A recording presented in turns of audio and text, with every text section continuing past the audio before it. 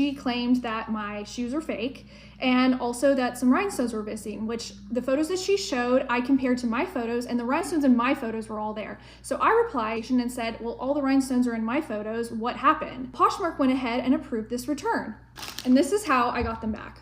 Fast forward to today, I went and looked this girl up, and she is wearing these shoes in all of her graduation pictures. Okay, guys, welcome back to my channel. Welcome if you are new here.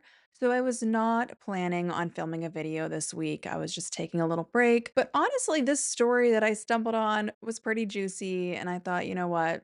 It's a quick one. Why not? We've talked about scammers before on my channel, and that's exactly what we're going to be talking about today.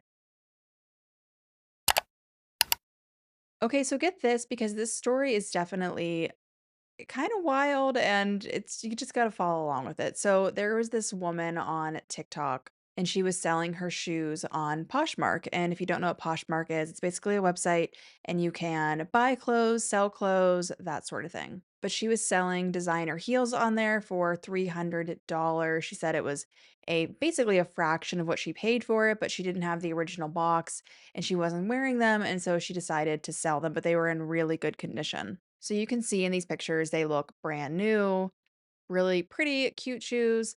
Um, I don't know what the original price would be if you bought them in whatever store. I don't know what brand they were originally, but she said they were luxury shoes, and it was definitely a steal for the price that she was putting them at. And pretty quickly after posting, she did sell the shoes, and the buyer was really eager. She said that she was having a photo shoot that Friday, and could the seller send them out soon. And the woman who goes by the solo edit on TikTok, but her name is Kelsey, said, sure, no problem. And she shipped them out the next day, which is nice. I feel like she did not have to do that. You don't have to do that unless if somebody pays for the expedited shipping, which this buyer did not. So right away, Kelsey was already being a very nice and understanding seller. But very quickly after she shipped out the shoes and the buyer received the shoes is when the problems started to arise. So this girl opened a case after receiving them, and she claimed that my shoes are fake and also that some rhinestones were missing, which the photos that she showed, I compared to my photos, and the rhinestones in my photos were all there. So I replied and said, well, all the rhinestones are in my photos. What happened? Poshmark went ahead and approved this return. And this is how I got them back. So I reply into the conversation and bring Poshmark in saying, hey, I received these shoes and they're worn. Well, she responded again and said, I tried them on. No, girl, you did not try them on. You full on wore them. I escalated it to Poshmark. Poshmark stepped in, and then they emailed me and they said, we'll offer you a $50 voucher.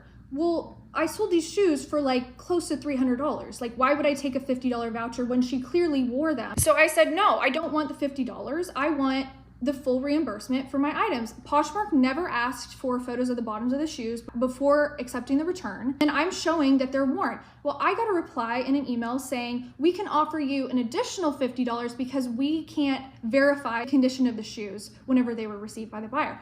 I'm like, in my photos on the listing, it shows that the shoes are brand new.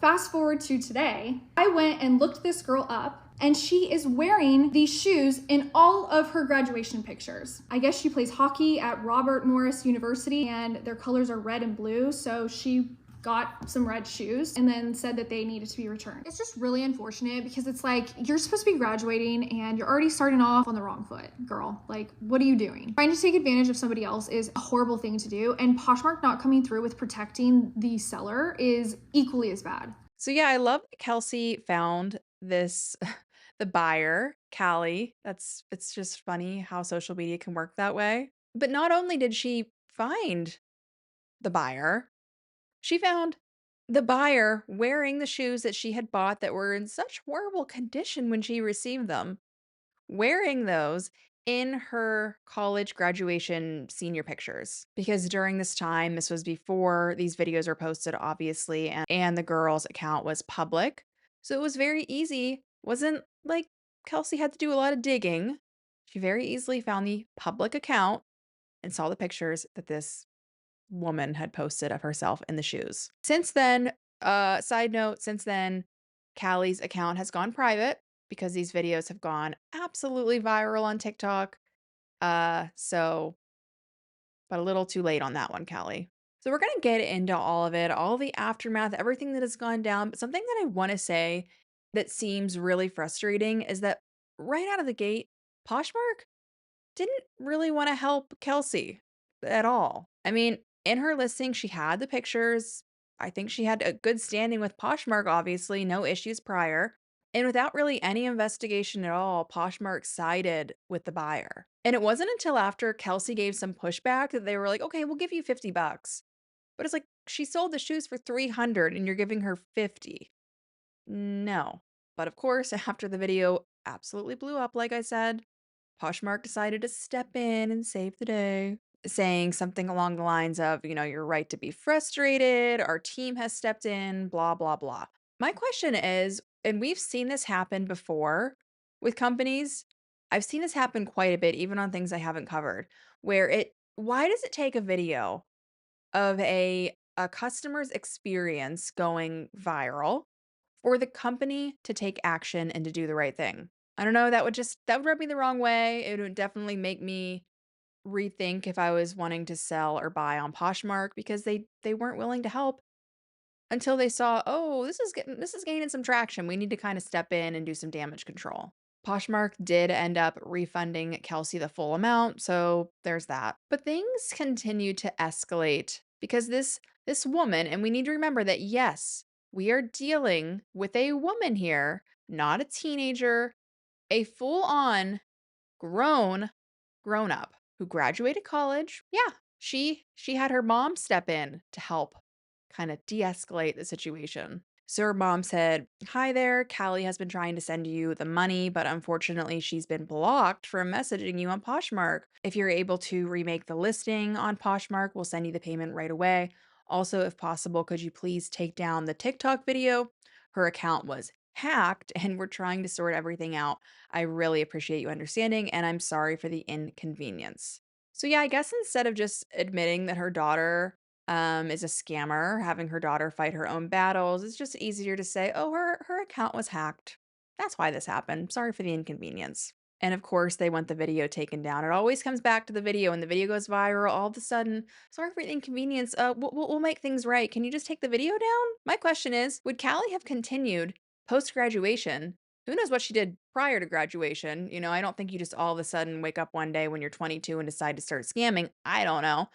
But would she have continued to do the scamming thing had she not been called out? Kind of seems like once she had to actually face some consequences for her actions is when the backpedaling started.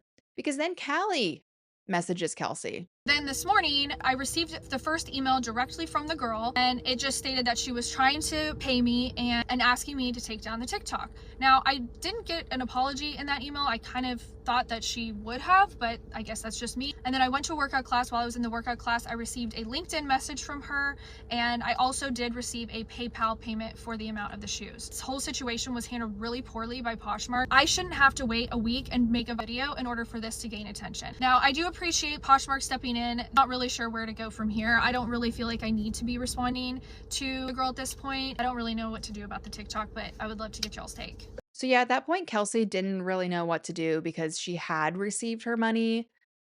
So she was like, should I take the video down? I don't know. I don't know what to do. But everyone in the comment section said, no, keep the video up. Hold her accountable. It doesn't matter if you got your money back. The point is that she did something wrong. And the only reason that she is sorry is because this video is going viral. But with that being said, the money that was sent, whether it's from Callie or Callie's mom or both of them, I don't know, I'm a little bit lost with that. But it came with some strings attached, and Kelsey just didn't want to deal with it. She ended up refunding the money.